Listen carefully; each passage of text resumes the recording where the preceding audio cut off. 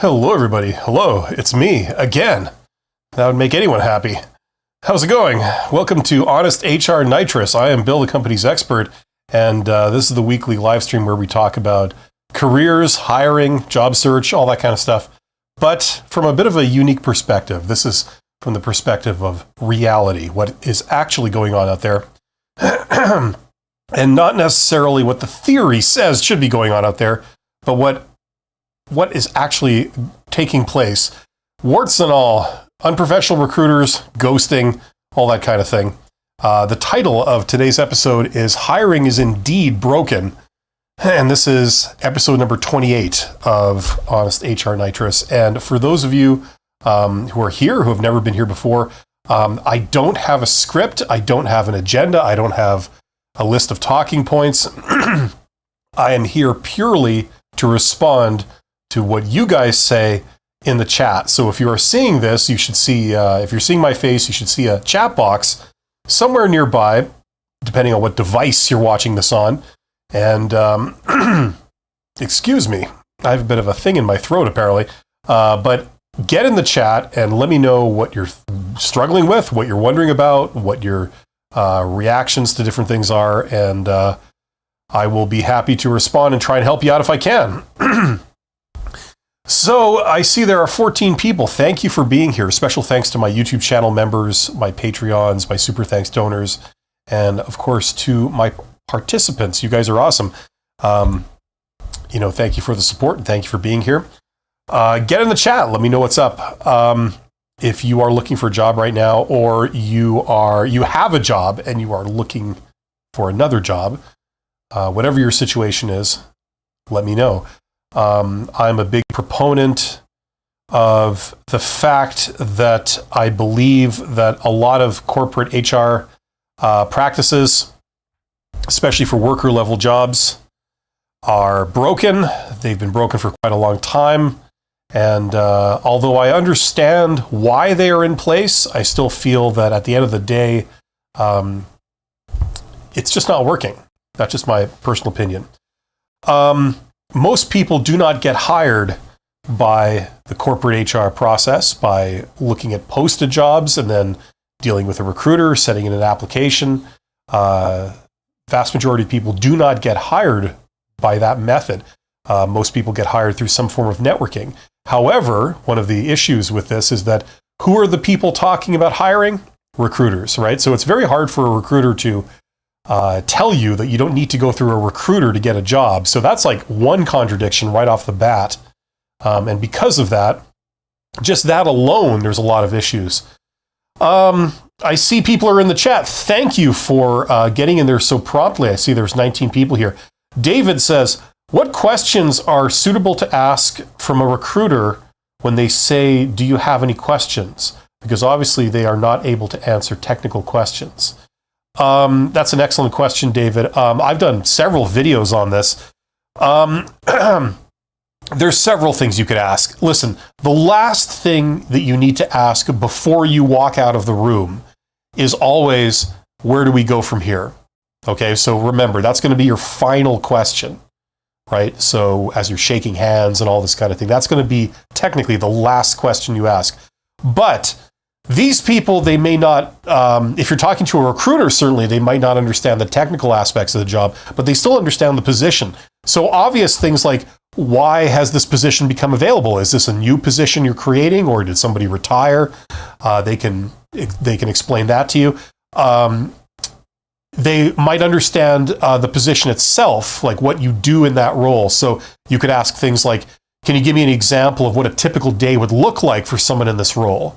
You could talk about, you could ask them, let's see, what else could you ask? You could ask them the whole variety of things. Like, for example, not about being in the role, but the expectations for the role. So you could say, could you give me an idea of the types of people that tend to be successful in this role, right? And then they would say something like, real good communicators tend to be successful in this role. And you say, okay, great, because I happen to be a really good communicator. And then you speak to that, right? That's the strategic advantage of asking them about the expectations for the role. A question that's a favorite of mine, which only really works if you have a good rapport with the interviewer, is to say, have you seen anything in other candidates that you haven't yet seen in me that I could perhaps speak to? So it's a sort of catch-all for, like, have I forgotten to give you anything during this interview that you're looking for, right? Something like that. Now, beyond that, there's a ton of things you could ask. You could talk about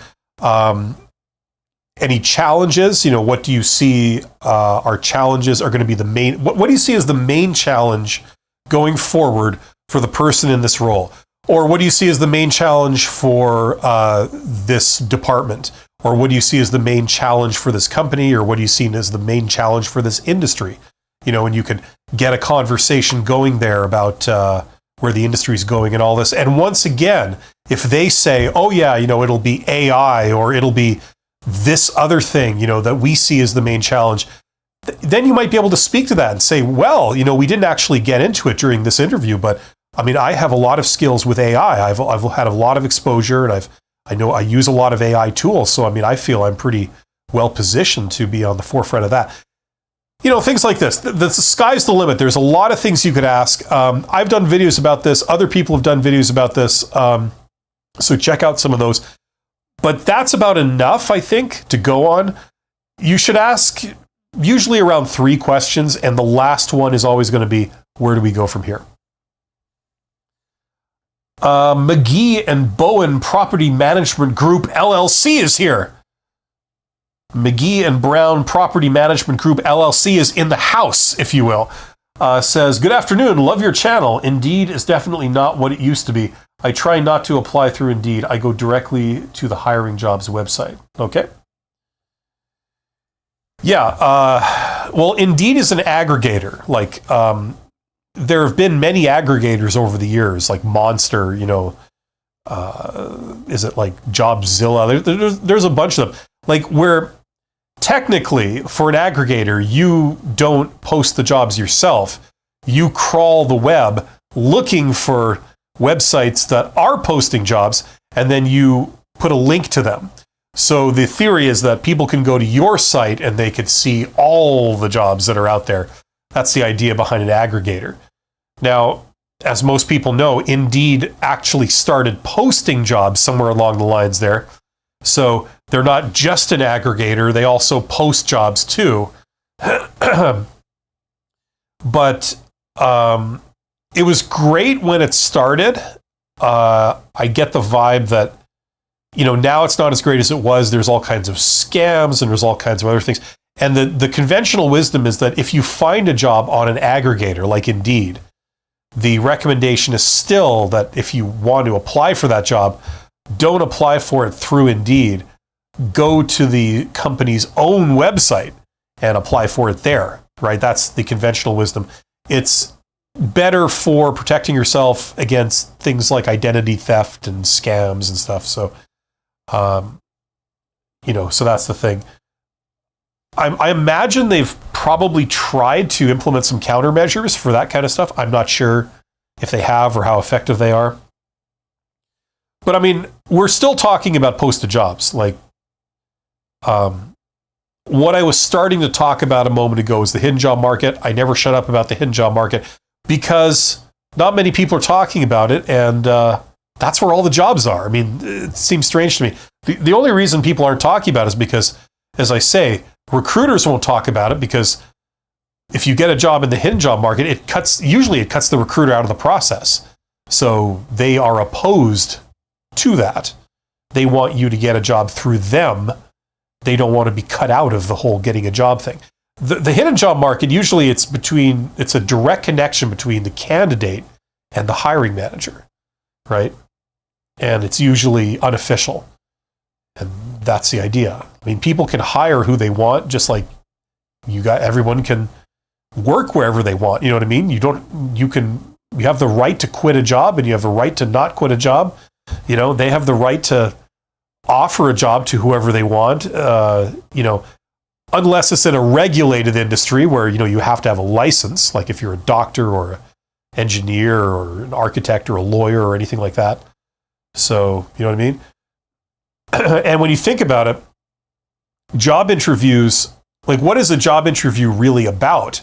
It's not assessing your technical qualifications. It isn't. The purpose of a job interview is to see if you're the type of person they can get along with, right? They want to see what you're like in person, right? I was doing a live stream an hour ago and somebody made the comment that, I've got an interview for a technical job coming up, but the person that I'm meeting with is not a technical person. So what are they going to ask? And it's like, yeah, that doesn't surprise me because the purpose of the interview is not to discuss technical things. In over 90% of the cases, it's to see what you're like as a person, right? And they don't need to put a technical person on that. In fact, technical people, generally speaking, are not the greatest people to assess that. That's why they hire people with degrees in psychology and make them recruiters and things and, have them sit in interviews. So that's what those are about. But the great thing about the hidden job market is you bypass all of that, like all of that obfuscation. That's what I like about it. That's why beyond the worker level, like when you get into management and stuff, that's why more people do it there. Workers can still do it. Workers should do it. And it is available to workers too. But once you get up to the executive level, that's pretty much universally like the only place they look and how they do things. So there's a reason for that, When it comes down to important people that you pay a lot of money, they cut the recruiter out of it, right? You know how you've always probably suspected that recruiters don't really know what they're doing? No offense to recruiters, but they're hiring for jobs that they themselves know nothing about the job. So already their decision-making process, what they bring is kind of limited, right? Because if you're trying to hire for an engineering position and you know nothing of engineering, it really limits to the input you could have intelligently, right? You could say whether the person, has an engineering degree or not, right? Like you could say basic things like that. You could also do an interview with them and say basic things like, well, it's going to be really tough getting along with that person. They seem to have a real chip on their shoulder. They're very unprofessional, or they're very like aggressive and hostile. Like they can detect obvious red flags like that. But beyond that, who would make a better engineer, this person or that person? How would a recruiter know? They don't even know what engineering is half the time. So, you know what I mean? Like it's really limited. So surprise, surprise, when you get to executive management stuff where it really matters who you get to make decisions, they don't have recruiters in the process. Recruiters are not the decision makers there. So, you know what I mean? It's not a coincidence. We got 29 people here. Hey, get in the chat. Like, I don't have an agenda of what to talk about. I don't have a plan. I'm simply responding to your comments in the chat box or in the chat stream or whatever you call it.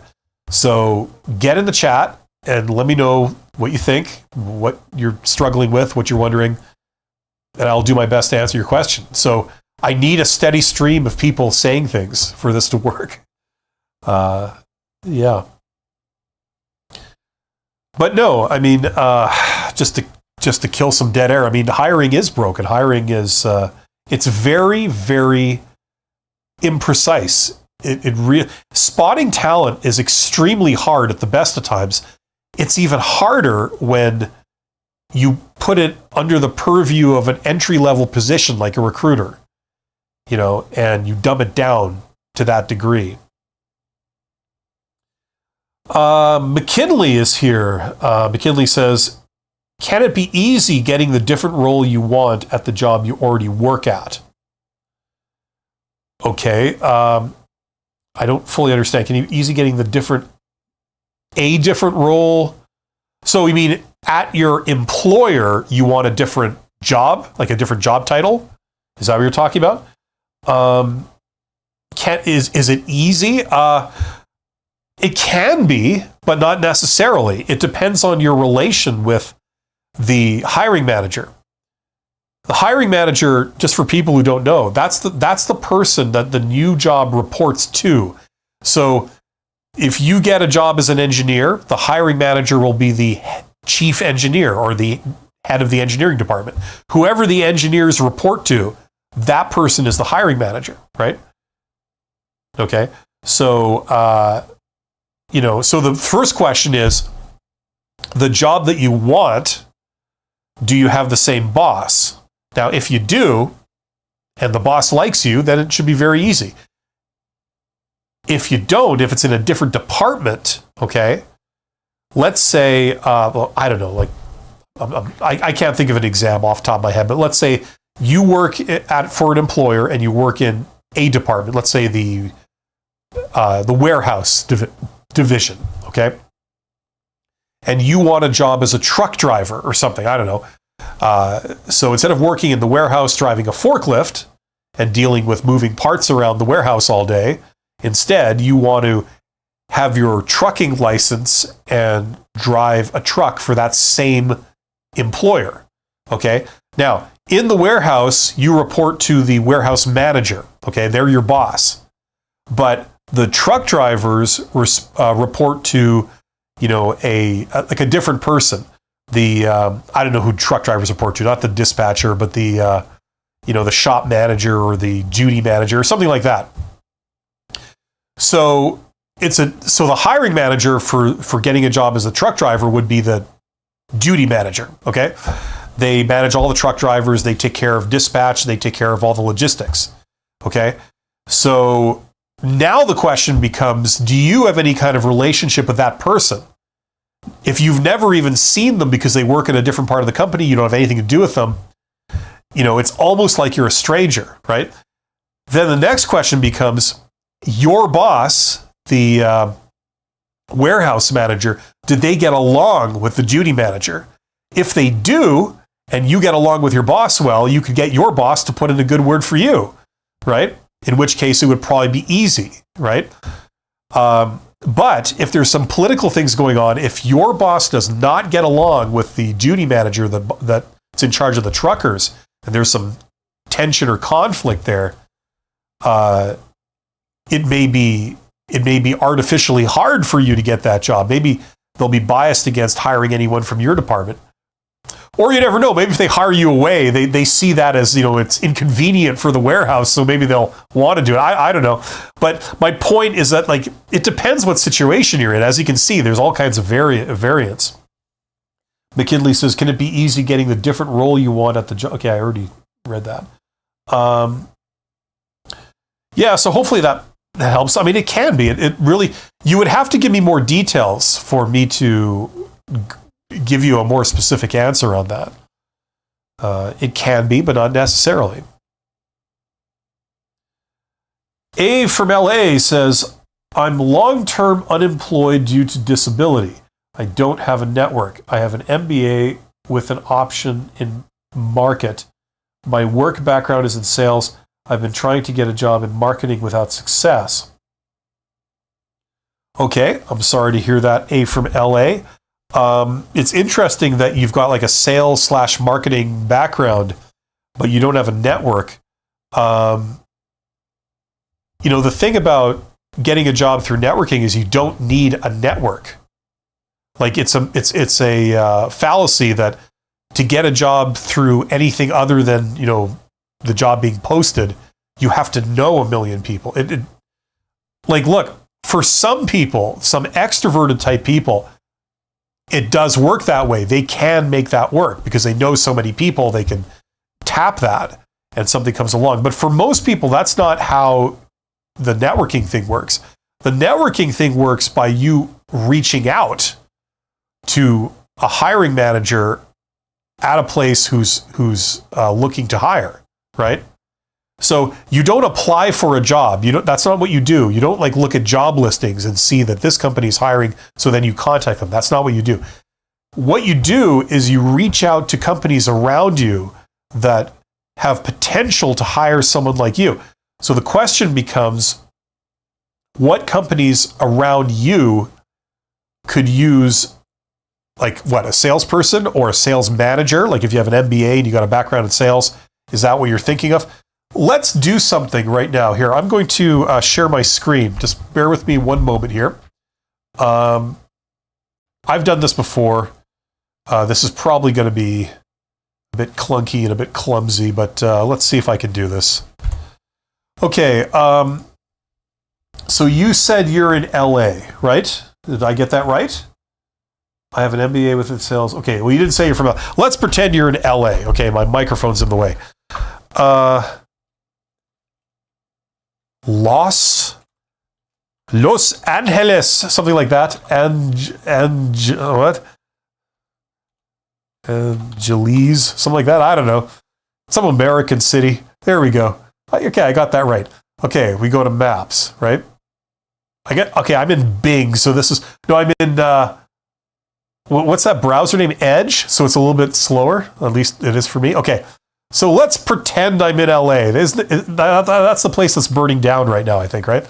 Okay, so now let's pretend I'm, I don't know, here. Like I got to find a place, okay? So let's say this is where I'm located, okay? Now, every company does sales. Like it depends what industry you're in, okay? Let's see. Oh, we got some interesting comments about Trump silliness. Awesome. You know, okay, this is what I'll say. You're asking me about Trump. Trump talks and he talks and he talks, and we don't care, okay? You know, I'm not a fan of the left. The problem with the right is in the States is you got Trump in charge. So I don't know which one is more annoying. Okay, so here's a place, Upland, okay? This is somewhere around LA, okay? Now, in order to refine this, you're going to have to figure out what industry we're talking about, because like just doing sales for every industry is kind of weird. So we were talking about warehousing. How about this? Logistics, okay? Now, let's pretend I'm located here in Upland, okay? Now, what it's doing right now, what Google Maps is doing is it's finding companies that operate in the logistics business, okay? So these aren't like companies that have a logistics department or deal with it. These are companies that are in actively the logistics industry. So yes, I mean, you could maybe work sales for these people, but I mean, if you knew of a specific industry, let's say refrigeration, okay? That's a bit more specific, okay? So if I live in Upland, okay, now I don't know what the scale of this map is. We can find it pretty easily, but here are some employers that are in the refrigeration industry that are near you, okay? So you've got this one. And if you click on these, like any of them, you get their website, you get their name, all this kind of stuff. So all their statistics on it, all the information on it. DDI Refrigeration, that's near you. United Refrigeration, that's near you. So these are examples of employers that have the potential to hire you if you have experience in the refrigeration industry. That's what you do, and you're located in Upland, okay?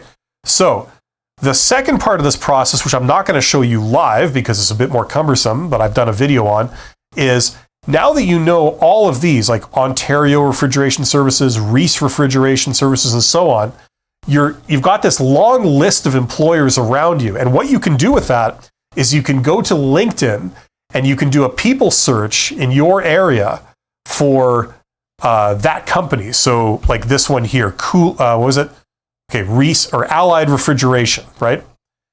So now that you know this, you can do a people search, and that will show you the individuals in that company. So it might be the owner, it might be the CEO, if it's a little bit bigger. It could be the general manager, whatever it is. And these are people that what you can do is you can reach out to them, and from that point, you've got a variety of options. The simplest option is to simply send them a message on LinkedIn and say, hello, I'm here. I'm, a tremendous salesperson when it comes to industrial refrigeration services. if ever you're looking for a salesperson to join your team, let me know, because I would love for you. You guys are nearby. You do some great work. So just keep my name in mind. Thank you and have a good day. Right? Now, that'll be the simplest possible thing you can do.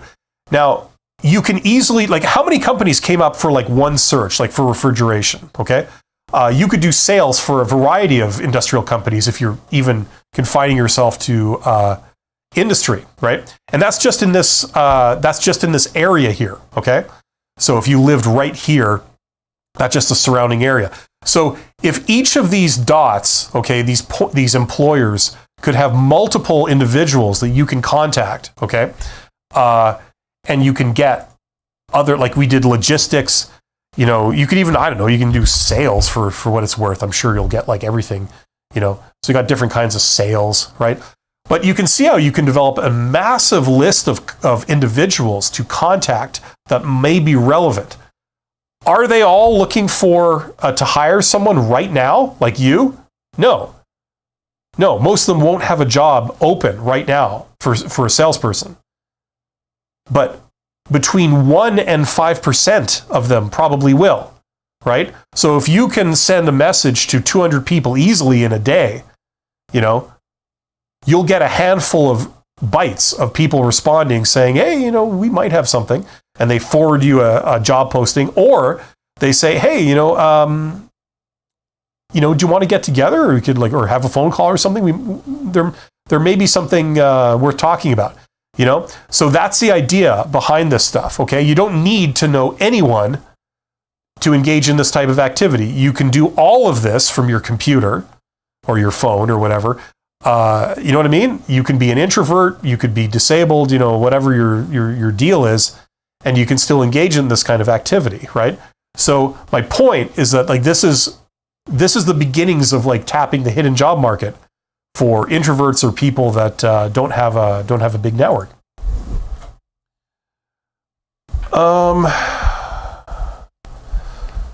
Okay, so where was I here? LA. Yeah, stay safe from the fires and stuff. There's a lot of trouble down there with that stuff, as I understand. No more sales. I want to pursue marketing now. Marketing, please. Yeah, well, listen, go and do this yourself. Like, go to Google Maps and do this, and do a ton of different searches, right? There's something I forgot to show, but like if you move the map like this, you see, and then you do another search, or it only shows you what was on the screen before. So if I then move the map here, there might be other things over here that it's not showing. I have to click this button here, search this area. You know, bam, and there's even more stuff. So wherever you look, like you can figure out what your commuting distance is, or, you know, I mean, if you're going for a remote job, then there is no commuting distance, but you know what I mean? Like there's all kinds of things, and you do multiple searches with multiple industries, multiple types of business, multiple roles. You don't have to search necessarily for the industry. You can search for the role. You could say like director of sales or something like that. And, you know, you could do a ton of searches, and this opens up a ton of individuals that you can potentially contact, right? Anyway, I'd put the full thing. It's like, I can't explain the whole thing in like a live stream. I just can't. There's so many principles all stacked on top of each other. Check out that course if you want to get the full meal deal. I've done some videos on my YouTube channel. If you go to my main page, The Company's Expert, there's like different playlists, and one is called How to Tap the Hidden Job Market. I made them like years ago, so they might be a little dated, but check those out, because that's what I have got on there. So hopefully that makes sense. JLA says, is it acceptable to apply to a different lower technician position, won the same company after getting a first interview for a senior engineering position while waiting for, oh, that's a long sentence. Is it acceptable to apply? Let's pretend it's not acceptable. Do it anyway. You know what I mean? Like who cares if it's acceptable? Do you need permission to do something that you're capable of doing? You know,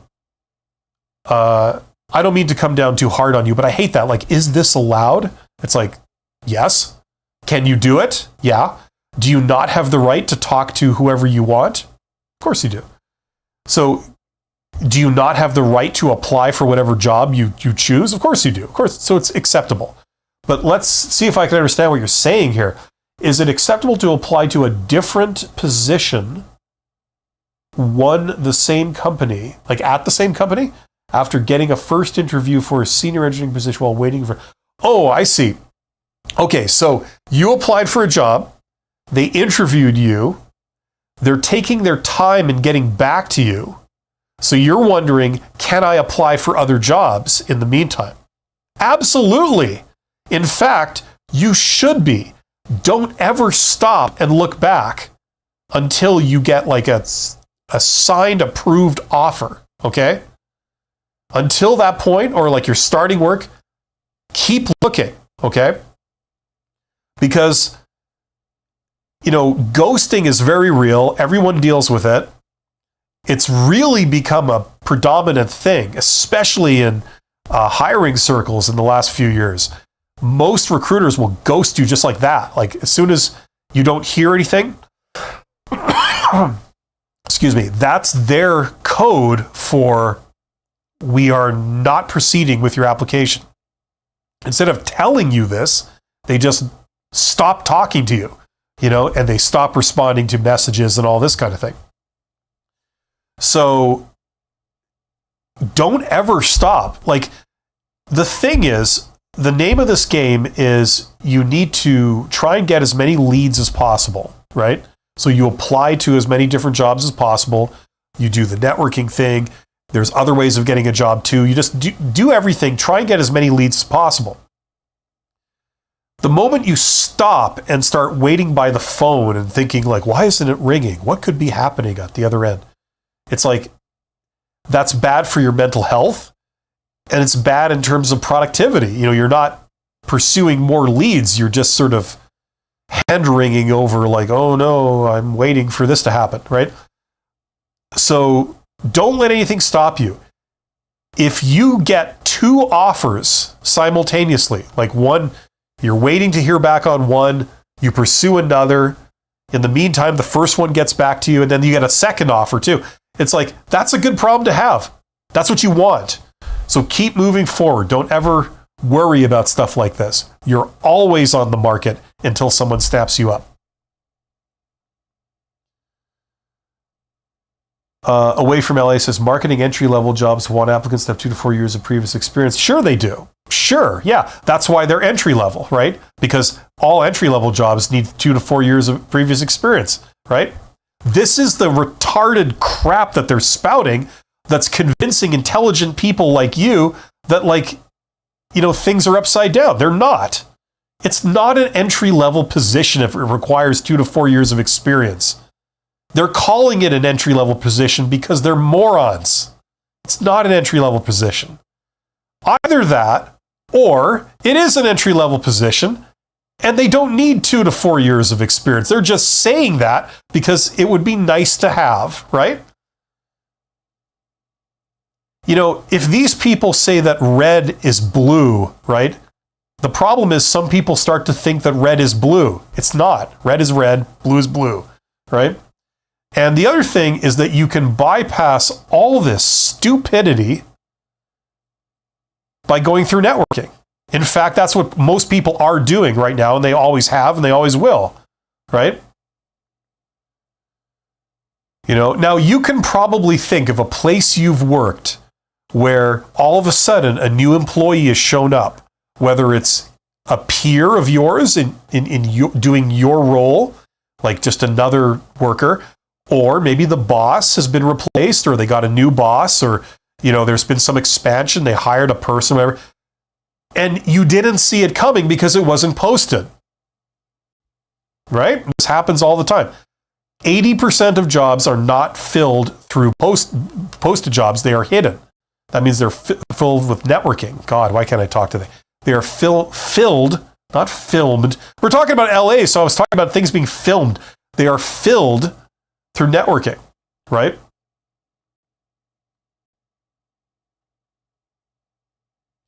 So that's what they want you to think. This is what they want you to think. They post this stuff, and then they advise you and they tell you, and they set up an impossible situation that's pretty much impossible to meet their expectations, right? Meanwhile, when you look at the people who are actually being hired, are they the most like amazing, hardworking people that you could never compete with? Of course not. You know? It's a facade. I could write a job posting right now. I could say it's entry level. I could then say you need 10 years of experience to get this role. That's what we're looking for. You know, then I could have it so that it actually is an entry level position. But if I can get someone with 10 years of experience, then that's what I'm going to shoot for, right? You see how I'm lying and I'm contradicting? That's what they're doing. JLA says, follow up, how long should I wait for a response? What's the typical days to wait before I move forward? 0. Don't wait for a response. Move forward. This is what I'm trying to say. Okay? Every day you sit by the phone, you know, playing psychological games with yourself, wondering why it's not ringing. It's bad for you. As I said, it's bad for your mental health. It's also bad for your productivity. You should be pursuing new leads. If they call you back for this one, great. You're going to entertain it, right? But until they do, you're moving forward, okay? You're looking out for yourself. These people don't deserve your loyalty. They ghost everybody, right? If they call you and say, we'd like you to come in for an interview, sure, absolutely. When would you like me? I will come in. But in the absence of that, you're looking out for yourself and you're pursuing more jobs. You're not looking back. You're looking forward. Okay? That's what you need to do. I know it's easier said than done. I know it's easy when you apply for a really awesome job. Maybe they call you for one interview and you do one interview and you know, you don't want to look for other jobs because you're really hoping that this one will work out, right? You got to force yourself to keep looking. If they call you, great, but you may never hear back, right? And it doesn't mean that you're not qualified. It's simply that they've got one job and like 8 applicants that they're interviewing. 7 are going home with a no. They're usually all perfectly qualified. They're all really good. It's just a roll of the dice, you know? If this time you don't get it, next time you will. So let's get to the next roll of the dice as soon as possible. Okay, but you're doing really well. Okay, so just keep on.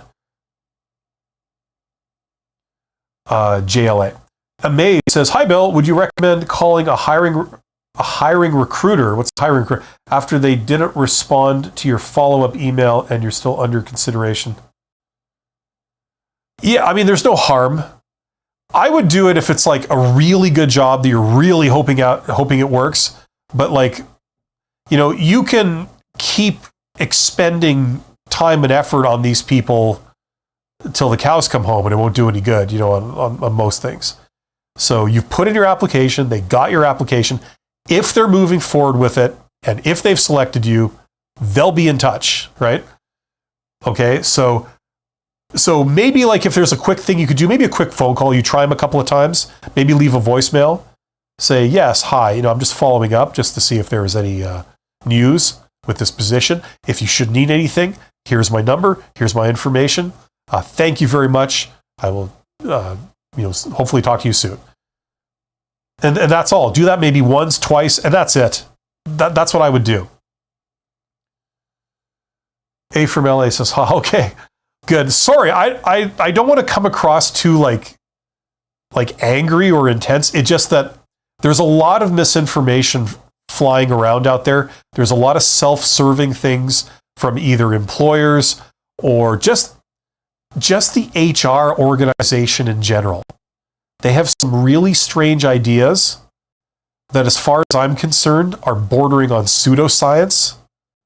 A lot of principles that they're acting on that I haven't seen any peer-reviewed backup for, any like real studies that show that it's valid. They're just sort of going on assumptions. like this is when I was teaching it in university. Like you get like the textbook and you teach it in classes and stuff. But when you look into some of the principles that they've like decided are true and that some of these practices are based on, I didn't see a lot of peer-reviewed backup for it. Like maybe it does exist, but I didn't see any. I looked for it. I couldn't find much.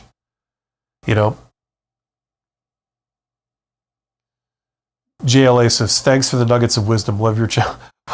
You're very kind, JLA. Thank you. That's one way of putting my sort of disorganized emotional rant about that kind of stuff. But I appreciate it. David says, are recruiters more concerned about red flags during interview, or are they more interested in the person who matches all well according to job description with more experience? Well, both. But the idea is that they're going to weigh all that stuff together. Okay, so if they asked you a question and it got like a little bit awkward for a second, right?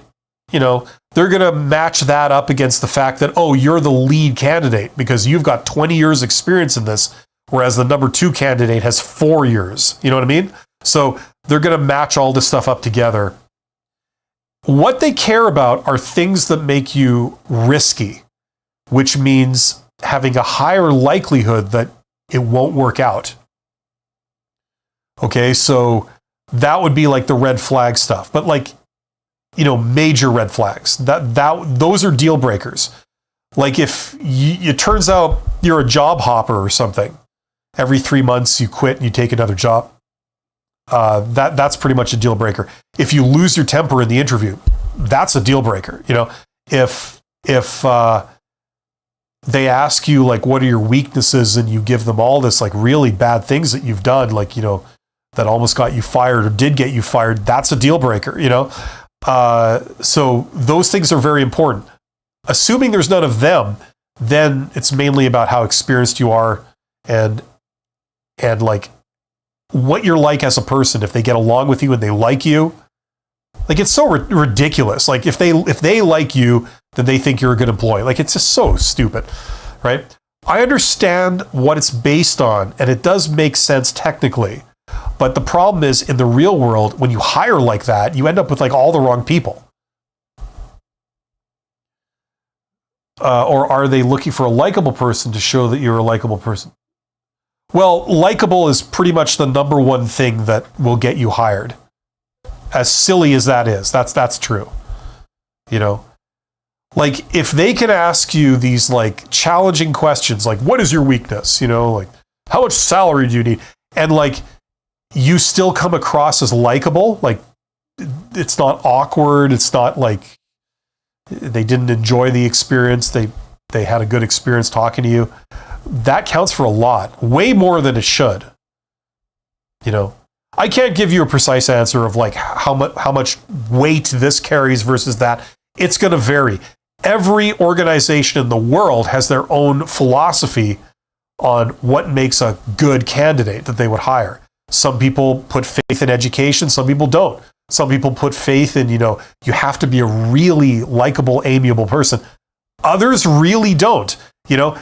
There's really like no one philosophy. Every organization has their own ideas of what makes a good employee. So they're all going to vary subtly. Some of them are going to vary quite a bit. And you have no idea who you're dealing with.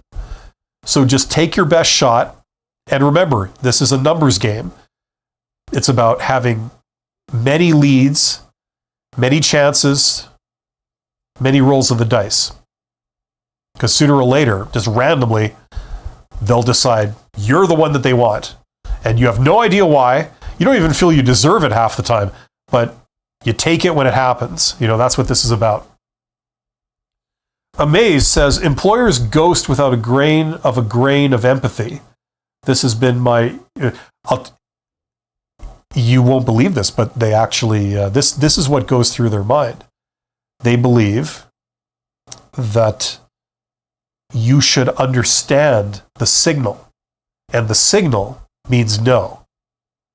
If I was like super interested to talk to you and every day we were talking, and then all of a sudden one day, that's it. I don't return your call. And then You try and call me, and then I don't return your voice message. And you try and email me, and I don't return your email. They think it's pretty obvious, like, it's not happening, you know? Why do you need me to say, well, you know, it's not happening, right? That's what they're thinking. Now, you know what the annoying part of this is? They're right. This is how a lot of things work in the real world. What's annoying is that no one has taught people in high school or earlier that this is how a lot of people behave, you know? Like in the world of like, you know, we should do something together. We should do this project. We should do this joint venture. We should do this effort, you know, this thing together. Your company and mine, or your department and mine, or you and me, right? How many people say that to each other casually? And they're not lying. Like, you know, it's something that they could do if they had a million years to live and there were like 50 hours in every day. Like they could do it, right? But if the phone doesn't ring, that usually means no. That's not really happening right now. For whatever reason. That's the universal signal, right? So it's not that they think that they don't think they're being nasty at all. I think a lot of them don't realize quite how job seekers take that signal because they're not familiar, that they don't understand that it means no. They're thinking like, what? You said you'd get back to me and you haven't got back to me. You know, it's terrible, you know? I think in this case, recruiters should be better at like responding to people, but also job seekers should have been educated. It's not a failure of the job seekers. It's the failure of, in my opinion, it's the failure of the educational system, you know, that just is ignorant about how the world works and they don't teach people this. So some of the more extroverted kind of networked savvy people out there, they already know this.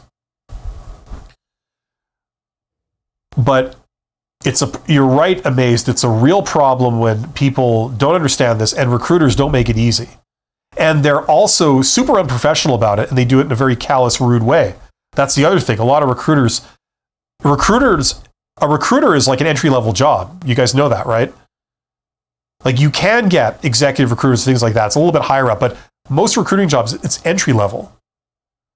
So you're not exactly dealing with the most professional people around, you know.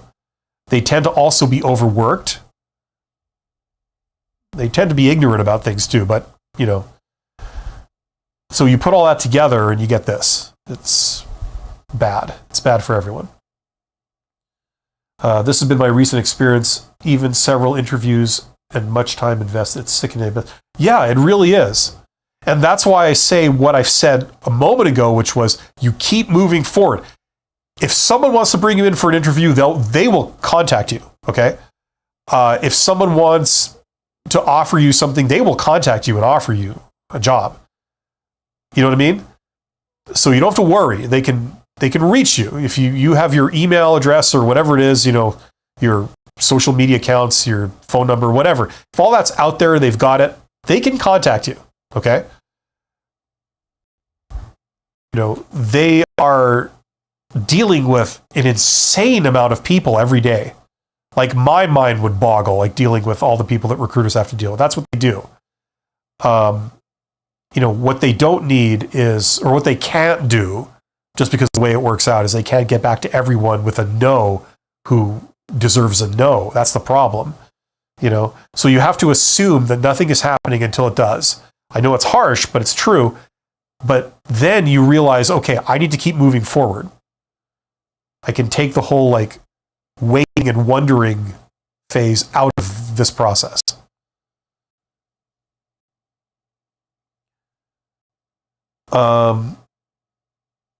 AJ Singh says, a super chat says, just want to say thank you. Begin watching your videos as I had a trial day today at school and I got the job. Okay, great. Well, congratulations, AJ, and thank you for the super chat. That's really great to hear. £5. £5 sterling. Yeah, I remember the days when that was like 5 pounds of gold, right? That's what it represented. Amaze says, and it's the same recruiters virtue signaling on LinkedIn about how thoughtful and considerate all candidates are. Yes, I absolutely agree with that. These like two-faced people that like try to position themselves as like, oh yeah, we're the most, accommodating, friendly people that have got your back, and they're not. They're not at all. They're not all bad. There are some good ones out there, but there's a lot of bad ones. It's a little Hitler syndrome. That's what it is. They're in a position where people have to ingratiate themselves to them because they're the gatekeepers of a job. So you get a lot of people ingratiating themselves to them, being beholden to them, and some of them, it goes to their head, and they start to get delusions of grandeur, and they start to position themselves like they hold the keys to the kingdom, and they act it, and they show it, and it's sickening. It really is. There's some people that should shut the hell up when they're in that position. Listen, I always have to say, look, I'm not beating up on recruiters as a whole. There are some good ones out there. I've worked with some good ones.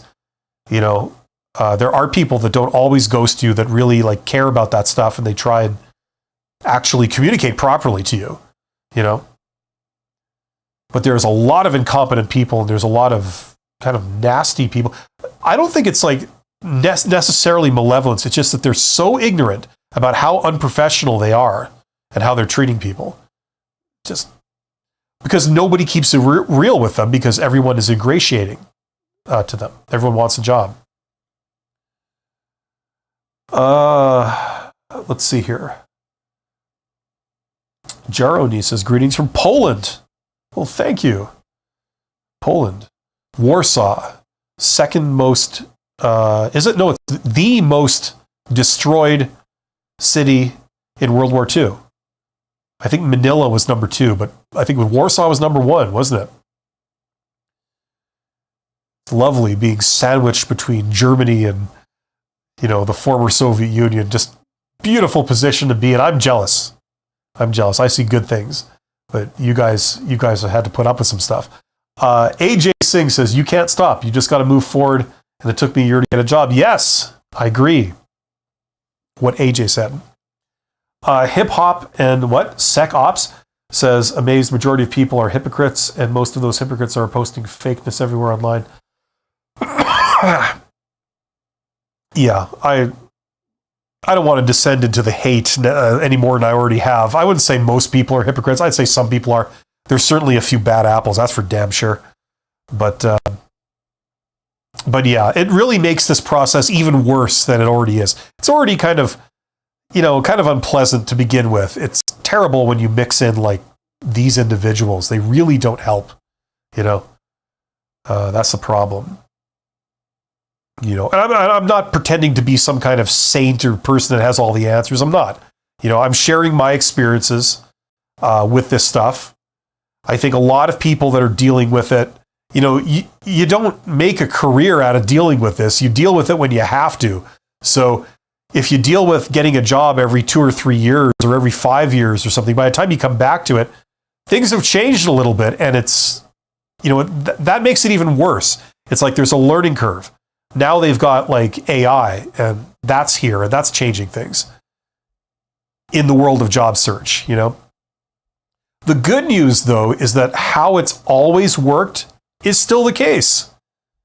Most people get jobs on the hidden job market. They're not posted, and they get it by talking to people. If you're an introvert, the good news is that you can do most of this stuff from your computer or your phone. You don't have to necessarily go out and go to events or schmooze with people. You don't have to do any of that. That's not what this is about. Nor do you need like a huge network of people you just know.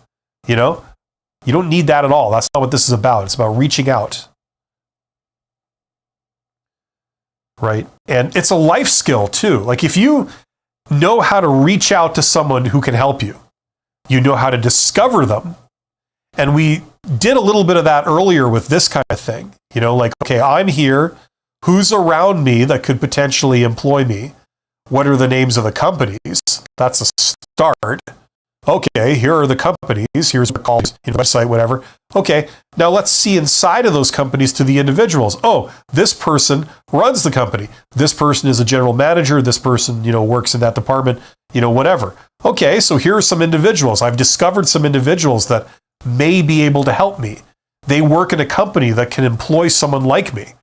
They do employ people with my skills. Maybe they would employ me, right? So it's like, okay, so we can discover them this way. With things like LinkedIn, it's also the means to reach out to them. You can connect with them and send them messages. Personally, I don't send in mails. I prefer to connect with people. And then if they connect with you, then you go further and you send them a message, then you can communicate back and forth, no problem. It also is good because, they are responding to you and they're saying like, well, I'm at least open to connecting with you, right? So like those are the types of people I would want to reach out to, the ones that have already sort of shown that they are somewhat receptive, right? So, I mean, that's just personally how I like to do it. But there's all kinds of different ways of doing this. So you have not only the means of discovering these people, but you have also the means of communicating and reaching out to them, all virtually. It's great, The old methods are still there too. You could march through the front doors of the company and talk to the receptionist. That's still a great way to get a job. Ask to speak to whatever the manager is. You saw their name on LinkedIn, right? It's this person, they are the general manager and they're at this location. Okay, let's walk through the front doors of the company since they're close by. I'll take my resume. I'll go to the reception desk. I'll say, could I speak to this person? Are they available now?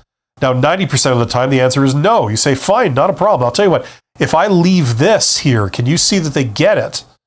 The receptionist 90% of the time will say, sure, not a problem. So then you go away and then you call. Maybe you leave a voice message in the evening or something. You say, hey, this is Bill or whatever. You don't know me, but I left something for you at the front desk. I just wanted to see if you received it. And then you say your pitch. I'm a fully qualified sales technician or whatever you are. I solve this problem. If ever you're looking to add someone to your team that can do that, I hope you will consider me because I'd love to work for you guys. I live close by. I have all the skills. I can do a lot for you. So, if ever you would like to get back to me, this is my phone number. Have yourself a great day. That's it. Then you're done, Now, if that boss happens to be looking for someone like you, if they have a job open, or they have the idea in their head, I need to hire someone for this role, but I haven't posted it yet. This is perfect. You fell right in their lap. All those old methods, they still work. People still use them. That's how most people get hired. Not by walking through the front door, but that's one of the traditional methods. It works, And why would they hire you? Oh no, you might not have 2 to 4 years experience, but you know what? You're the only one that showed up. You're the one that was interested enough to do this. When they post a job, they might get 500 applicants.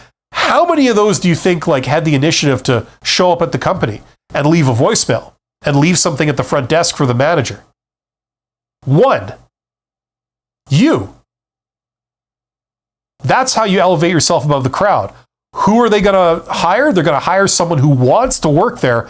And God damn it, if you haven't demonstrated that, it's like, what would you have to do? You know what I mean? Right? That's how these things work. You're demonstrating your traits and your abilities by doing this stuff. That's what puts you ahead. That's why these things work. So anyway, tune into this stuff. Do your own research. Don't take my word for everything. I can't go into everything here. It's just not possible. But learn about the hidden job market. Learn about some of these techniques. There are many more ways of getting a job than simply applying for a posted job online and then dealing with these recruiters with these retarded, impossible requirements and hoops you got to jump through. There are many other methods. Learn the other methods, okay? It will be to your advantage.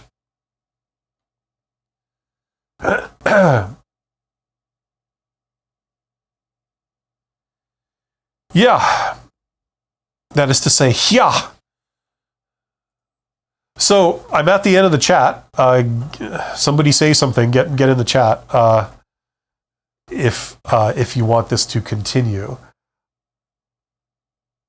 Special thanks to Hip Hop and Sec Ops, who says love it. Yeah, I mean, this stuff has always been around. Like this is the thing that's kind of surprising to me, because I started doing this kind of stuff in the 90s, and it was around in the 90s. It's around now, and I've learned that like it's been around a very long time. How do you get jobs? You talk to people. Oh, sure, people can send in applications. The easier things get, the more people do it. But simultaneously, because it takes less and less effort, although you get a greater quantity of people doing it, the quality of those applicants goes down. Because it was so easy to do. A lot of people apply for jobs and then forget that they applied for it. Has that ever happened to you? You apply for like 1,000 jobs and then you get a bite. Somebody says, thanks for applying. We'd like you to come in for an interview. And you're like, what job was this? I don't remember. I don't remember that company. And you have to go back and like look at, oh yeah, I did apply. This was 2 weeks ago, right? It's so easy to apply. So the problem is by definition, your application carries less and less weight the easier it is to do it, right? Because everyone and their brother now can apply. You're going in with 1,000 people now, So the people that win out are the ones that go kind of around that,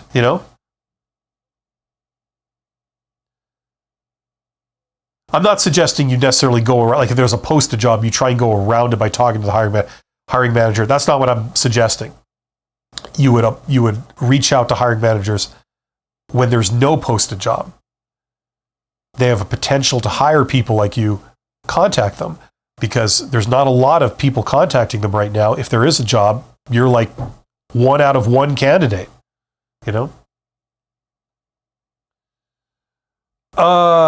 CRS says, best way to answer a question when you're not quite sure what the correct answer is. Well, it depends on the question. A default thing is to fall back on job requirements. Okay. So, that's, it's something that they're looking for. So if they've posted in the requirements, they're looking for someone with this education, these skills, like, they're looking for someone with a certificate in bookkeeping. They need someone who has experience driving a forklift, and they're looking for someone who's got 5 years experience working in a warehouse. It's like, you fall back on those things. They say, tell me about a time where you showed exceptional je ne sais quoi on the job. And you're thinking like, what the hell does that mean? What the hell? What am I supposed to say? And you say like, well, in the past, the fact that I've worked in a warehouse environment and had to get used to the way, just the culture and how we do things there. The fact that I can drive a forklift in that environment. It's got its own sort of culture, its own sort of environment. That's how I've dealt with that in the past. There you go. You know what I mean? Like obviously that was a silly example off the top of my head, but you get the idea. You go to those things as a default answer unless you can think of something better. Okay. A type of question that for some reason they're asking more of these days in certain circles are estimation questions. I don't get a lot, like I do a video on estimation questions and nobody watches it because nobody's really heard of these or they're tuned in, but they're getting more popular. It's these stupid questions where they ask you like, how many ping pong balls can fit into, the Empire State Building or, something like that. Like how many rubber chickens, would you have to put in a dump truck for it to capsize the dump truck because it's too heavy? Questions like that. And you're thinking like, what? And all they are, it's the stupidest thing ever. All they are is what recruiters are looking for who came up with these questions. They're looking for, can you give an educated guess? You say, okay, I know that a rubber chicken weighs approximately, let's say, half a pound or a tenth of a pound or something. Therefore, I know that a dump truck can handle, let's say, 20 tons. Okay, so therefore, you would need approximately this many rubber chickens to weigh 20 tons. So that's, the answer would be like 100,000 or something like that, right? Like they just want to see that you can do that mathematical estimate process. Isn't that stupid? You could be a coder, a developer, and this stuff would be like so basic and obvious to you, but they just want to see that you can do it. This is like non-technical people asking a technical question. These have become a thing. They're called estimation questions, and I've done videos on how to answer them. The thing is, it gets a lot of smart people because a lot of smart people just don't know the correct, precise answer. So they clam up and they go, I don't know, And then even though that person has a degree in engineering or a degree in like physics or something, the recruiter will conclude, oh, this person can't do like a basic math problem or something.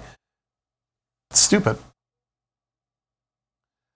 So those are, you got to watch out for those because they sometimes ask those and those stump a lot of people.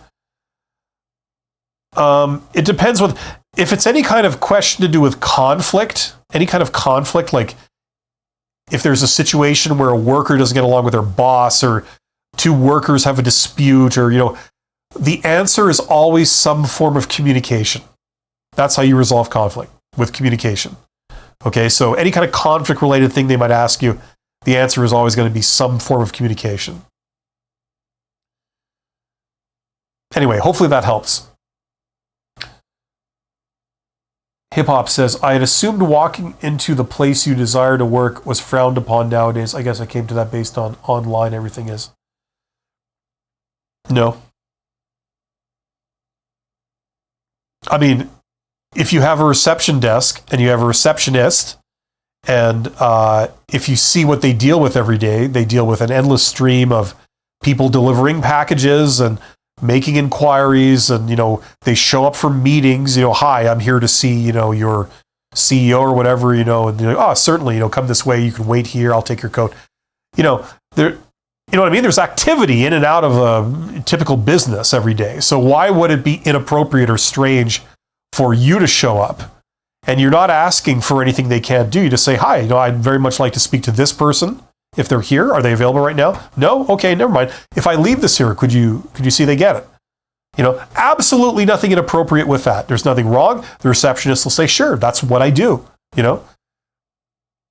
have a mail slot. I'll make sure it goes in, or I will tell them the next time I see them when they come out of their office, when they're off a phone call or whatever.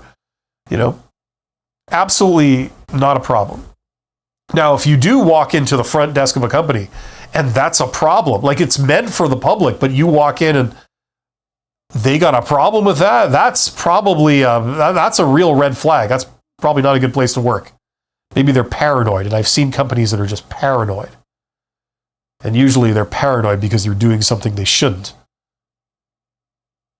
For example, companies that have pissed off a lot of customers over the years, they tend to get paranoid.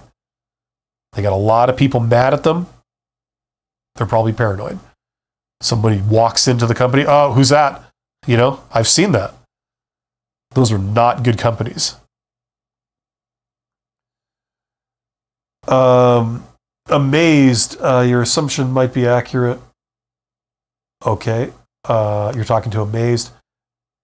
JLA says, so a recruiter contacted me for an urgent open position, so I sent in my resume, got ghosted, contacted me, never responded. Yeah, that wouldn't be the first time that happened.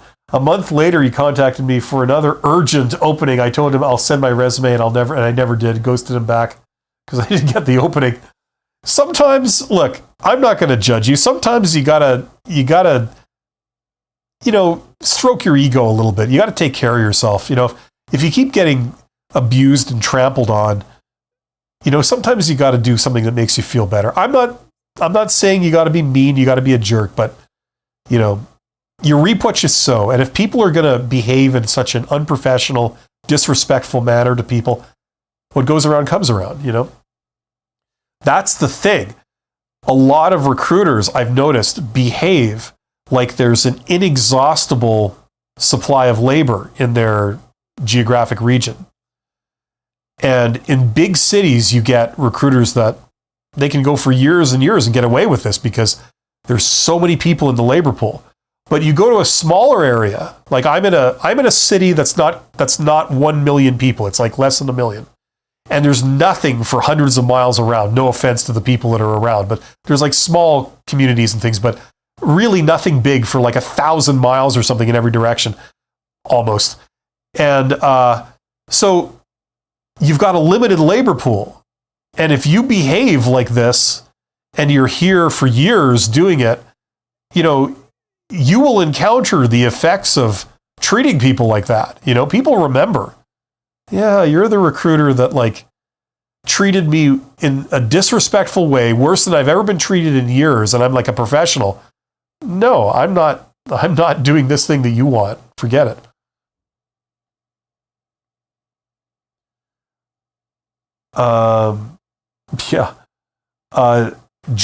Gerald says, do you think this brokenness is a possible reaction to the Great Resignation when it was hard for employers to keep employees?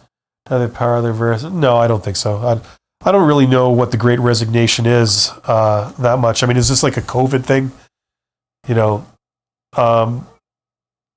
like the thing is, what I've learned is that in this little world of like, you know, of job seeking, where people talk about the labor market, there's all kinds of people trying to sell this flavor of the month kind of crap. The economy's fine, you know. I mean, the economy goes up, the economy goes down. I mean, it's the same as it's always been. Nobody's really reacting in a big way because there's nothing to react to. There's always little fires and, you know, things in the news and stuff that affects other things. I mean, the only real blip that we had was COVID. That was the only real blip that we had. It led to a slightly interesting thing about, you know, working remotely. But other than that, you know what I mean? If you're in this industry and this is all you think about and all you talk about, then you amplify these ideas into to where they seem a lot bigger than they actually are, you know? There wasn't a Great Resignation. I know people call it that. You know, it was like 1% of the workforce like walked out over a period of 6 months or something. Like, you know what I mean? You know, and when one industry, like every industry is kind of doing this, right? You got boom bust cycles, you got all kinds of random sort of things going on, right? A recession is where they all line up and they all go down together, right? A boom is when they all go up together, just coincidentally, you know. And when one industry is laying off, another industry is usually hiring. And some people can readjust. The only question is how long and how much effort does it take to you know, get that equilibrium again, get that adjustment happening. If it happens really suddenly, like in the case of COVID, you get a major disruption. If it happens slower, you get sort of like, you know, a more gradual sort of adjustment to it, and it doesn't really seem like a big deal. Like something I've seen recently is like the IT sector. I mean, I remember when I ran a small company many years ago. I started a small company. It was an entrepreneurial effort in the software business, and I did that for a couple of years. And like this was like over 20 years ago, so I've been out of the software business for years. But it's like at that time, you couldn't find like a computer science student that didn't have a job. Like as soon as they graduated, they were immediately snapped up and they got like a lot of money. Like everyone was hiring these people. Any kind of developer. It was a big, huge boom, and it lasted several years. And then you got like, you know, someone put the pin into the balloon, and then they were all being laid off. And then it was this big sob story. Oh, nobody's hiring. It's like, okay. It's just an industry with like, you know, wild swings. And I think we're in the middle of one of them now, you know, where everybody got hired because of the recent AI boom, right? There was this big hiring frenzy. You couldn't find a person that had those skills that did not have a job. And now a lot of places are laying off altogether because they were too zealous and they were too aggressive and they hired too many people. You know, it's going to go back up again. In the meantime, There's other industries that are hiring, maybe instead of like developing like AI code for like business, maybe you have to go and work for like an electronics manufacturer or something like that. Maybe you're not just doing coding, you're doing debugging of systems. I mean, it's a lot of transferable skills, and there's another reason to look in the hidden job market. People want to sensationalize all this stuff, and there really hasn't been much to sensationalize since COVID. We've had COVID, they had the AI kind of boom, and to my knowledge, at least in North America, that's kind of really the two big things. Everything else has been like people blowing little things out of proportion, in my opinion. At least that's what I'm seeing. I mean, I don't mean to disrespect anyone. That's just my honest opinion based on what I'm seeing.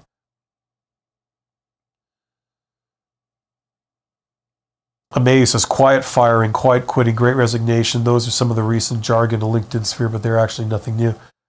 Yeah, it doesn't seem like it's a major thing. Like when you look at the economic numbers and stuff, it's not like everyone's out of a job. It's not like it's the Great Recession. It isn't. Or the Great Depression. It isn't. It's like, okay, there's a new buzzword for this, and maybe there is a new kind of phenomena happening, but it's not like it's this massive thing that they're making it out to be. It's like this is my problem. You see, I'm on YouTube, and in order to get lots of views on YouTube, you have to be sensational. You have to warn people of this big crisis that's happening right now, and this new thing that everyone must do now, or death will occur. And my problem is that maybe I'm too old, but it's like everything I'm seeing, I've seen before. Just the names have changed. It's not a big deal. It's just what happens in the world. Things constantly change and readjust, and things go up, things go down. You know what I mean? There hasn't been like a major thing happening apart from the two things I mentioned recently, COVID and AI. Those are the two things that have really affected stuff, And before that, it was like, or maybe it was after COVID, it was like the Ukraine thing. That had some effects around the world. That was like a moderate kind of thing, right? And we had that supply chain kind of thing, which led to a lot of inflation. But that was born out of COVID. But then it sort of stayed for some reason I'm not quite sure of. You know what I mean? Like, apart from this stuff, I don't think there's been anything, but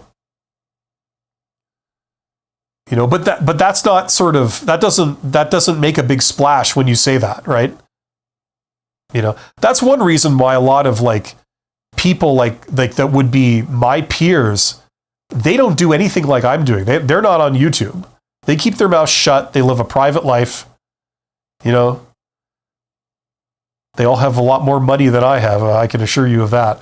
But they don't talk about this because there's nothing to talk about. It's just business as usual. Stuff goes up, stuff goes down. All the young people are the ones that panic over every little thing. That's what I've observed. They just panic over the latest headline.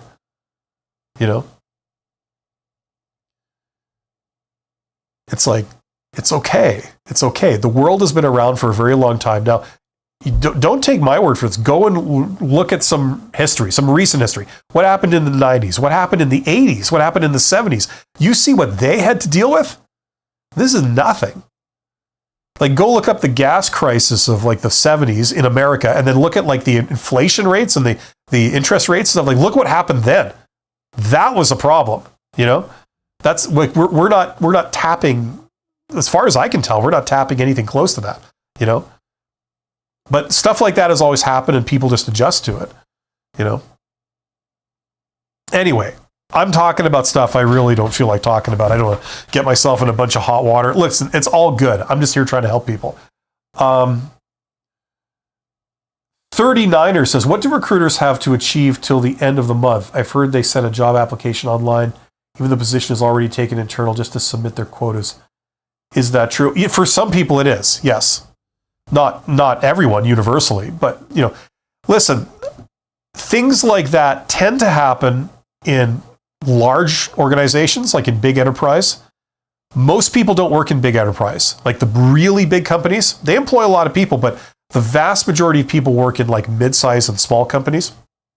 Now that does vary depending on where you are in the world, right? Where I am, 85% of people don't work in the big companies, they work in small companies. In parts of the US, it's about 50-50, depending on what city you're in or region. So it does vary a bit, but like small business tends to be like it's there. It tends to be big, but it tends to be quiet. It's the big companies that shout loud. They have the oomph to really shout loud and make their presence felt, when in reality they don't have as much influence or weight as it seems. You know what I mean? So you look at employment numbers, how many people are working in those companies? Not as many as you'd think. Some of them might be the biggest employers around, but there's only a handful of them, right? Compared to hundreds of thousands of smaller businesses in your area.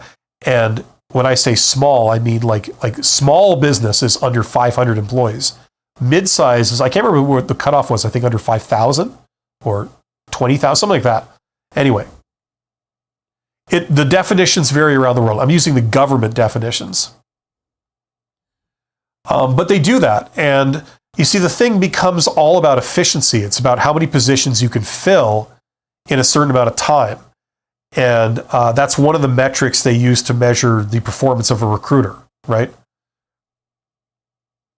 So sometimes they'll do it like that with monthly quotas and stuff like this. But that's not how the majority of people get hired, with like stuff like that. Martini says, I interviewed for several jobs, told I'm an excellent candidate, and in some cases they'd like to stay in touch. When I ask for honest feedback to improve, never. Yeah, you're not going to get honest feedback. It just doesn't work like that. Whenever they talk to you, they will always say something positive, unless they're like complete jackasses, and there's a few of those that'll tell you right to your face, well, you're not very good at this. You're unqualified for that. Most recruiter types, like, and I'm being a bit unkind to them here, but I'll say that they're a little bit cowardly. They won't tell you what they really think, like the negative stuff. They won't tell you that to your face. The other reason is that they don't want to go into why, right? For a variety of reasons. The big one is that, first of all, you'll get angry and you'll try and argue with them. Okay, that's usually what people do. And so they want to avoid that. Secondly, you could potentially sue them or, whatever. But the other thing is that they're not there to help train you. So giving you feedback, they understand that, yes, you would love to know the honest reason what the problem was, so that maybe you could work on it if it's something you can work on. But that's not their job. They're not here to do that. You're there to serve them as far as they're concerned, not the other way around. So they're not going to stick their neck out to give you any kind of honest feedback. You'll never get honest feedback. That's why, in order to prepare for job interviews, the single most valuable thing you can do is mock interviews with someone else. And what I recommend is with friends and family. It's not ideal. In a perfect world, you would hire an external HR company like a lot of executives do, and they do mock interviews. Not only do you get to practice, but then as an added bonus, they can give you feedback and say, well, when you talk like this, it comes across a bit intimidating. Maybe you should just smile a bit more, whatever, because that might not be sending the signals that you want. Things like this. Now, for most people who can't afford that, friends and family, it's not perfect, but it's much, much better than doing nothing. If it feels weird doing it, like saying to your family member, look, listen, you pretend to be a job interviewer, I'll be the candidate. Here's a list of questions, or you come up with your own questions, and then we'll do this just like a real job interview, and it'll be practice for me, right? That may feel awkward, and if it does, that's good, because that simulates what you're going to feel when you go to a real job interview and you learn to overcome it, right? That, like, you're out of your comfort zone and you're nervous. Okay, so that's how you get feedback. That's how you can like start to work on that kind of thing. Okay? But the recruiters will never do that for you. Okay? And if they do tell you something, chances are it's not the truth.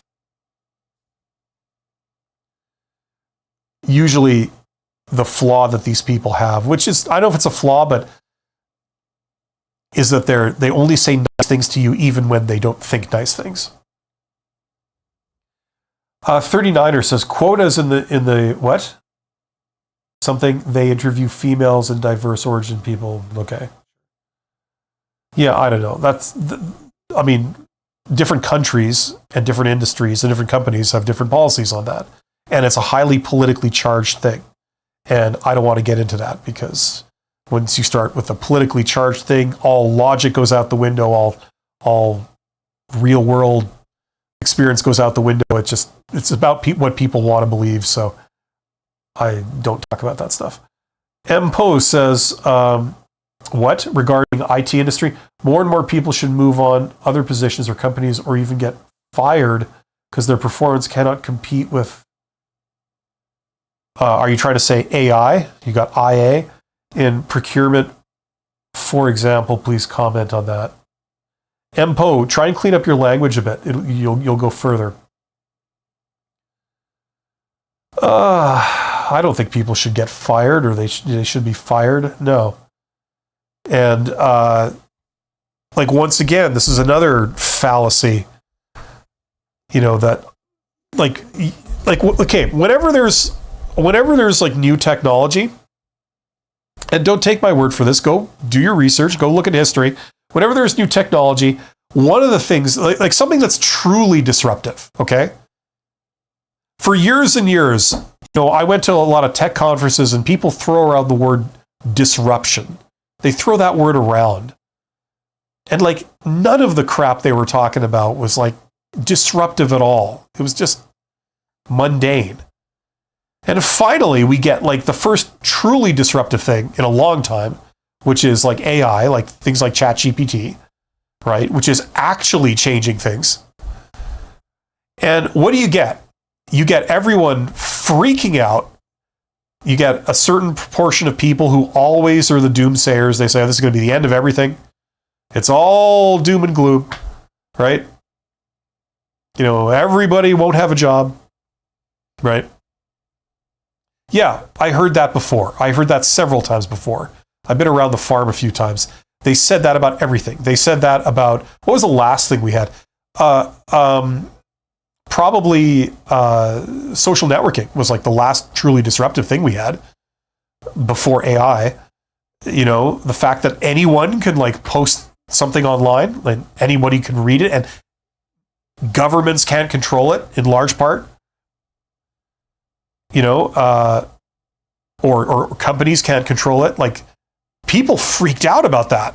It's all of a sudden, you have a voice, and people can't just silence you by the fact that they gatekeep any means of getting the word out for you. So that was the last truly disruptive thing. But every time something comes out, before that it was Google, that actually made the internet useful for most people. They could actually find something. Everybody predicts it's the end of the world. It's going to disrupt everything. AI is no different. It's a tool. It's a really cool tool, but it's still a tool. It can't think for you. It can't do any true thinking work. It just does what you tell it, Yeah, it can take your, simple mechanical idea and run it, right? Like a program. But, you know what I mean? It's not this be all end all. And like anything that automates something, it's useful, and ultimately it's good, but it is disruptive, right? They said the same thing over the printing press. People thought the printing press was the end of the world. Oh my God, someone can print something. Someone can print their opinion and distribute it far and wide, and we have no control over that. This could disrupt everything, and they tried to destroy it. They tried to stamp it out, I mean, I'm an electrical guy. I studied electrical engineering. When people first created electric motors and things and pumps and that kind, the Industrial Revolution, what did you have? You had the Luddites that tried to smash all the machinery because they were afraid it would put everyone out of a job. It's the same thing. I'm not trivializing it. It will result in disruption. It has, but it's not the end of the world. Ultimately, it makes things better, right? It needs to be, it needs to be done right. There's a lot of work to do, but people like acting like this is like this horrible thing that's going to like destroy the entire world. It's like, it's not. But listen, that's just my opinion. Okay. If you don't agree with me, that's fine. We all can have our own opinion. I'm just saying, I've seen several of these. It always goes the same way. I still remember the person that thought that the devil had come down into the world in the form of the internet. I still remember that. And it was getting like national coverage, and people were debating whether the internet was this thing that we should allow or not. It's like, I don't know. Maybe in 2025, it kind of, maybe they might have had a point in some of those ways, in some respects. I don't know. There you go.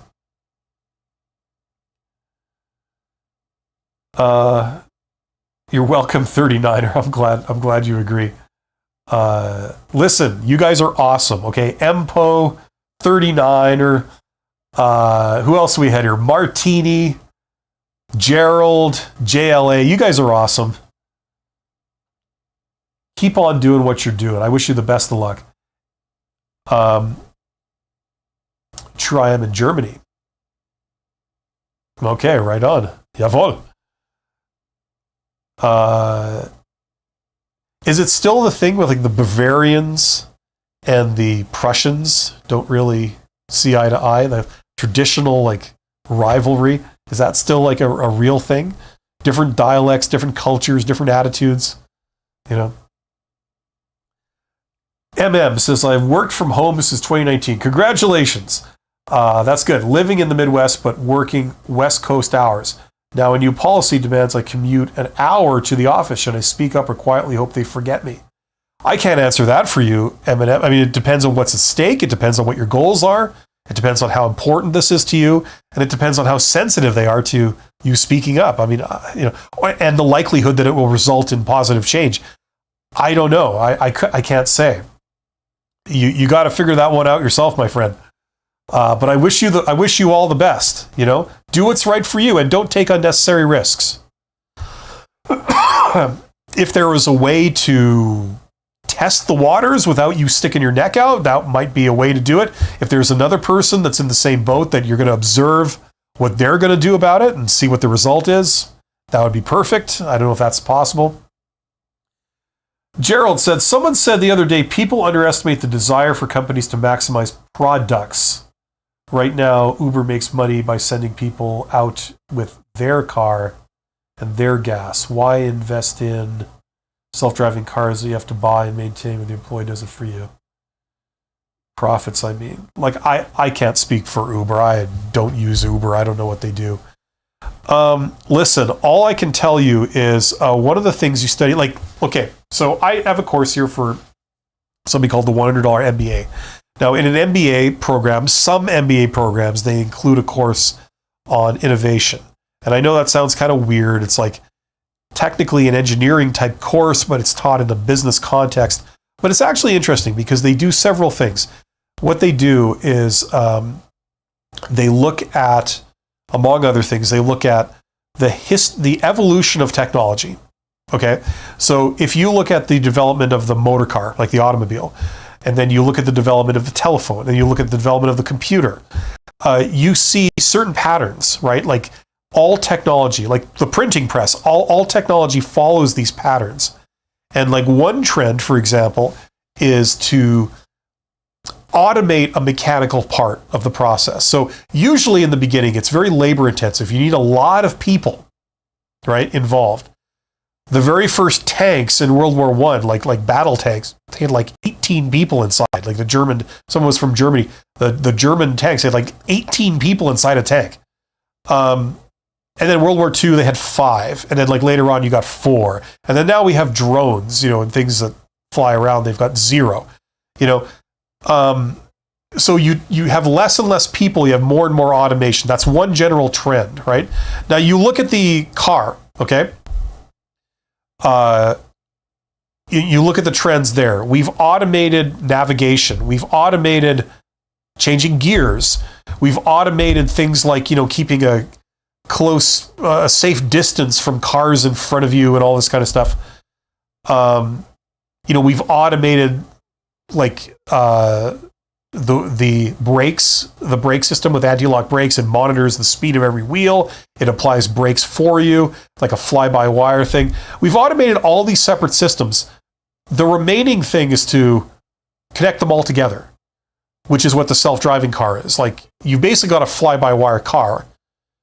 It can navigate, like it knows where it is. It knows where it's going if you program a trip in. All that is in place. You just have to connect them all together and say, I give permission for the navigational system to take control of the car, right? So from an engineering perspective, it is the next logical step. And it's the next step because history has shown us that all kinds of advantages come together when you take this next step. That's why people take it. Things get more efficient, they get more effective. So according to the trend that like pretty much every other piece of technology on the planet is following, this would be the next step, right? Now, the problem is it's not simply a technological problem. It's a legal problem. You're dealing with people's lives. If a self-driving car kills somebody, like what do you, who's responsible? There's all kinds of other things that are like thrown into the works that are complicating it. But from a purely technological perspective, it is the next step, and it's the right thing to do. But I can't comment on the legal aspects, the social aspects. There's other things that are complicating it, and that's what's holding it up, as I understand. I'm not really like this expert on self-driving cars. That's my understanding of like where we are with it. So I believe we will get there one day, but these things usually take longer than people expect them to, but we do get there. And when we get there, it just happens suddenly, just like AI. Maybe the next thing is going to be robotics. That's the one I'm really interested to see. If you can send your robot to the store to go shop for you and come back or something, I don't know. Get it to like build you a new house or dig you a fence or, something like that. Or bake a mess of biscuits.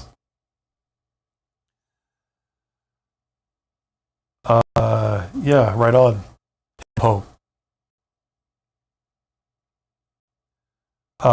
Gerard says self-driving cars. Yeah, I can't comment on Uber's model. I don't understand that with great detail. Davey, would you ever tell your full-time job about a part-time job that you work outside of your full-time? Absolutely not. Listen, all things can happen out there. It's a wide and varied world, but the general rule is don't mention it. Because what it does is it signals that your loyalty is divided, your energy is divided, and you are no longer reliant on these people for your sole source of income.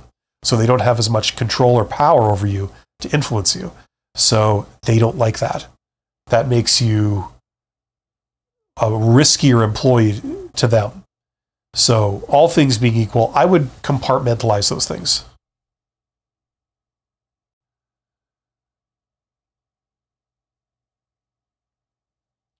Okay, well, I really feel that we covered it all today. I was shooting my mouth off about things that I never intended to talk about publicly. So yeah, I think we've done enough.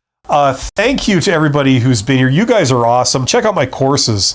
If you want to go further, if you are between jobs, you don't know what to do, I got a course. It's all my advice basically in one place, logical with templates, all that kind of stuff. And it goes into the hidden job market stuff. It goes into that how to use networking if you're an introvert to get hired. Okay, so if that's what you're interested in, if that's what you're looking for, that's also in that course. There is a link in the description box under this live stream. Same with the other two things I have. I mean, we're not here to talk about really business. I have a live stream where I talk about entrepreneurship. So if you are interested in learning business, that's the best bang for the buck you'll get anywhere. $100 for basically everything you would learn in an entire MBA program. The catch is that it's self-study. You get the books, you read them yourself. They're textbooks. They're the same books you use in places like Harvard Business School in their MBA program. So check that out if you want to learn business. You can go as deep as you want. You could just skim it all and do it really quickly, or you could go really in depth and it would take a while. I also have this if you are looking to tack on high-level communication skills. It's called Write Like a Professional, but it's about writing, but it's more about what to say rather than like writing as a thing. Those will allow you to tack on the communication skills that you need for if you're going for upper management type jobs. So if that's what you're into, check that out. Once again, link in the description. I will be back on Friday in 2 days with another edition of Honest HR Nitrous, where we talk about everything and apparently anything under the sun. I wish everybody the best of luck. Do your own research. Get your advice from a variety of sources. Don't listen just to me or just to anyone else. Go and get all the advice you can, varied, and then go out and try stuff. That's the best teacher, okay? Go out and try things. Try things that are a little outside of your comfort zone, and that's how you build up experience. And that's how it's the best teacher. Forgetting about advice, no one can tell you something is wrong. You've got it wrong when you've done it. You know what I mean? So that's the best thing to do. I will see you guys in a couple of days. Best of luck. Thank you to 39er, to JLA, to Empo, to Gerard, to Davey, to everybody who participated. You guys are awesome. See you soon.